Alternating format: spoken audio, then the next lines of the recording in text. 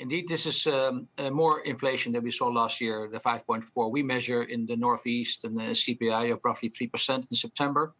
And we think that the inflation will moderately grow over the last quarter. At the same time, our role as a retailer is, of course, to negotiate those prices down and to make sure that with our CPG companies, that we talk about what is legitimate, what are realistic price increases. We know those scenes quite well because we have a 30% also in the US and 30% private label, 50% in Europe. So we understand the business quite well of the raw materials, packaging, plastics, energy, and these kind of things, the components of what the price inflation makes. So I think we're on top of this to make sure that we get for our customers the best possible prices in the market. You know, I was pretty impressed when I saw recently that you raised guidance for the full year on the operating margin, on the earnings, on the free cash flow. I mean, that is a statement when you are dealing with all of these inflationary items like this. How do you do that? Do you pass on most of it to consumers at this point? Do you have prices locked in? How do you manage operating margins when we're all seeing inflation take off? Yeah, that's a great question, Becky. And I think we are roughly 150 years in business, so we are a little bit having some experience in doing this and dealing with inflation. I think what I just mentioned is crucial. If we are well informed with our economists and our should cost models, then we know what we can accept and what is legitimate price increases. And I think also we can also convince customers that when we see prices going up for meat and eggs and, like you just mentioned, fish, I think then we can pass on those prices when those prices are real and realistic. What we see is that we think that in the coming the first two quarters of next year, price inflation will still be there, but that it will go down after that. And it has to do with, of course, with the global market. So it's our job here to work on that.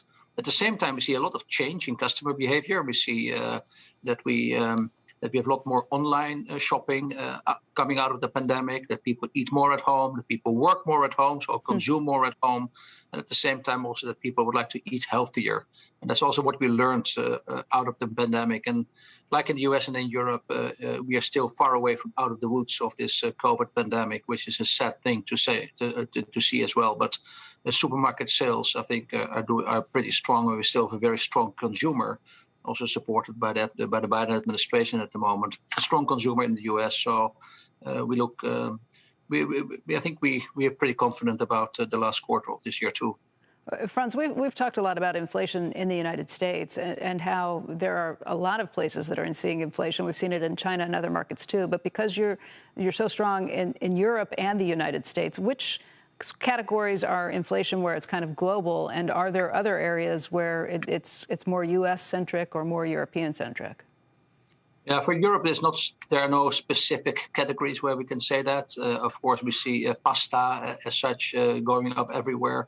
I think in the U.S., you already indicated those. It's meat, dairy, eggs, and fish, and to a certain extent, poultry.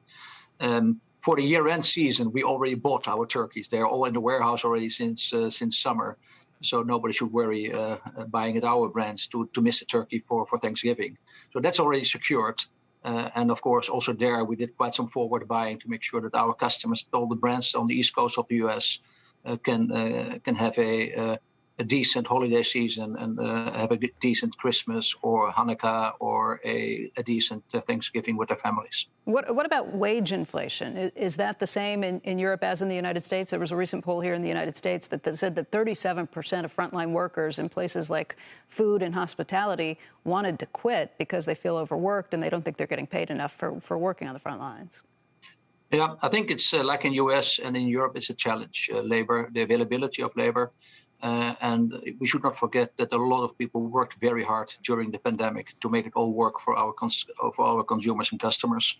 So that means that there is a certain fatigue in the market, but I'm very proud about our people, how they brought us through the crisis so far. But again, we are not out of the woods. So we see a shortage of labor in general. We see a challenged supply chain in the U.S. If it's trucking, if it's colleagues in our industries or hospitality industry. So that is not easy. And we see also that the gig workers also pull out quite some demand there. Shepard Smith here. Thanks for watching CNBC on YouTube.